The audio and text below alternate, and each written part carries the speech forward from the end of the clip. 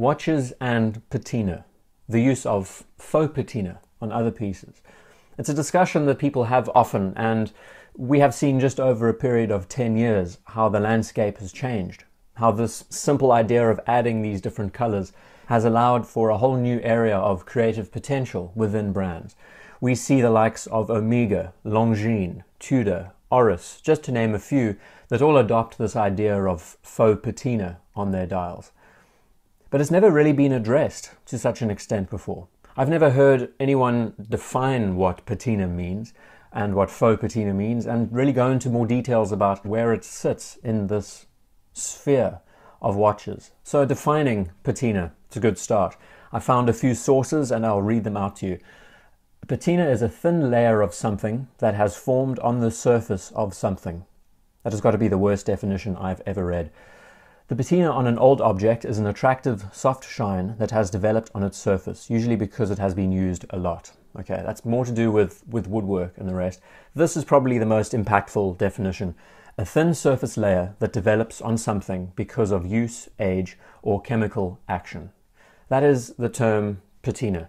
And really it is just romanticizing the idea of damage. If we really want to break it down, we're giving something that has damage a bit more of an appealing aspect. So faux patina, on the other hand, faux meaning made in imitation or artificial, that is the divide between the two areas, where patina looks at surfaces that have been damaged, whether by chemical action, whether by age and all the rest. Faux patina is the art of imitating that effect. So there is your clear definition between the two areas. And now we can ask the big question of how did this all happen? Where did this all come from?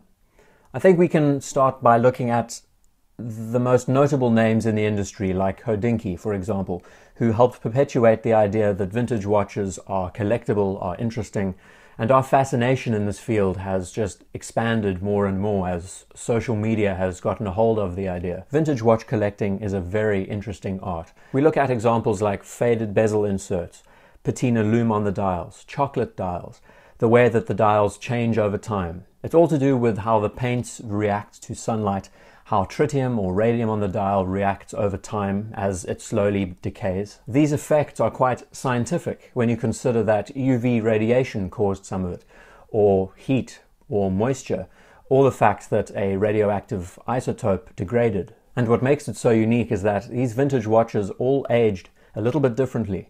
The materials aged a little bit differently, making them practically piece uniques.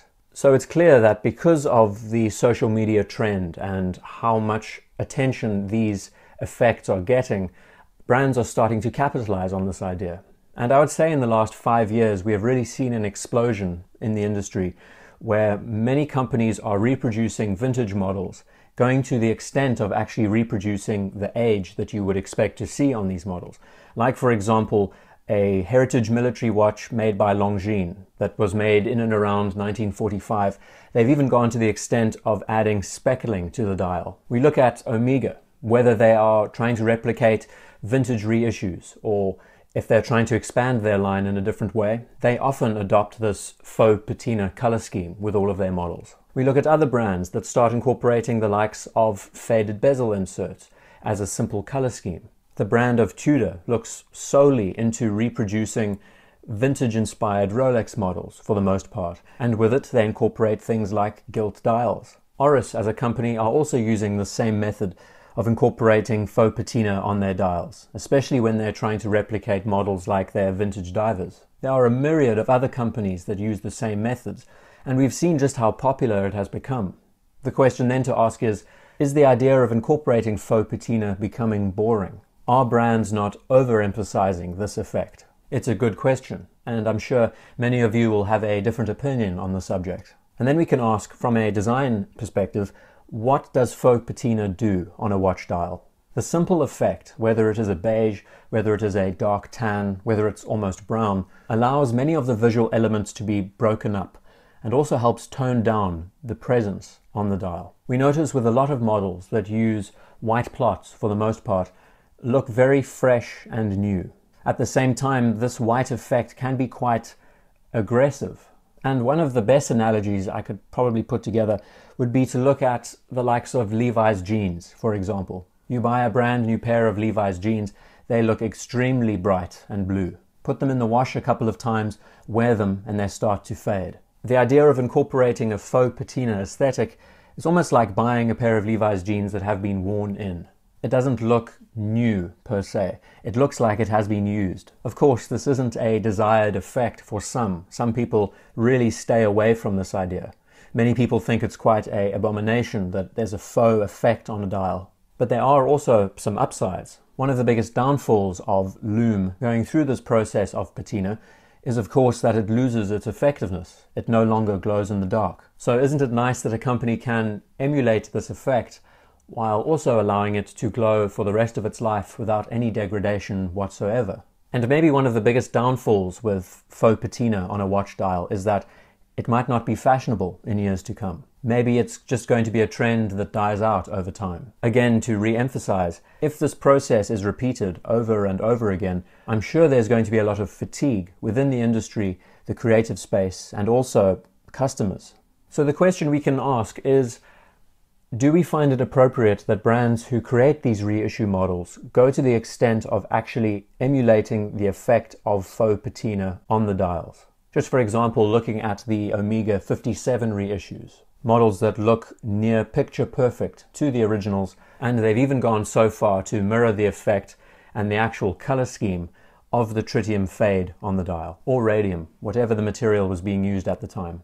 On one side, it's very effective because it represents the watch a lot more accurately. On the other side, is it that important? Should brands have carte blanche to recreate a model from the early 40s and go to the extent of actually aging the dials themselves? Some companies have established themselves around the idea that they can even degrade the handsets by bathing them in acid, for example, so that they rust, adding these faux brown chocolate effects on the dials, while at the same time incorporating this creamy tritium luminova effect. When we look at just what faux patina has created in the industry as a style, it's quite impressive. A lot of companies still refrain from using this idea. Even Rolex has dabbled with this effect with one particular model, and that is a white dial Milgauss. And of course, some companies do it better than others. Some understand that the color must not be overemphasized, but instead sit in the background. And maybe that's why the finish is so effective. It gives the wearer the ability to experience what faded tritium might be like on a watch dial, but at the same time the material is effective and usable, and is left in the background, not bright and on display. The color seems to blend a lot more elegantly with a more stark black finish, and it also helps divide the visual impact that you would get from bright stainless steel, and instead allows you to separate your eye between the material of the watch and the dial.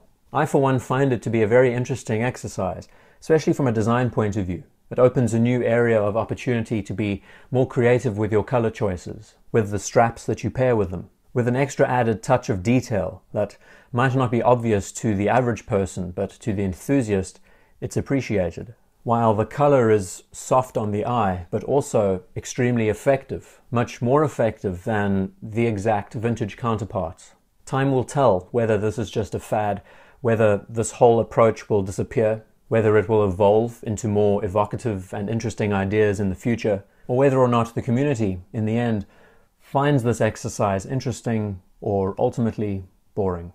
But I leave that up to you.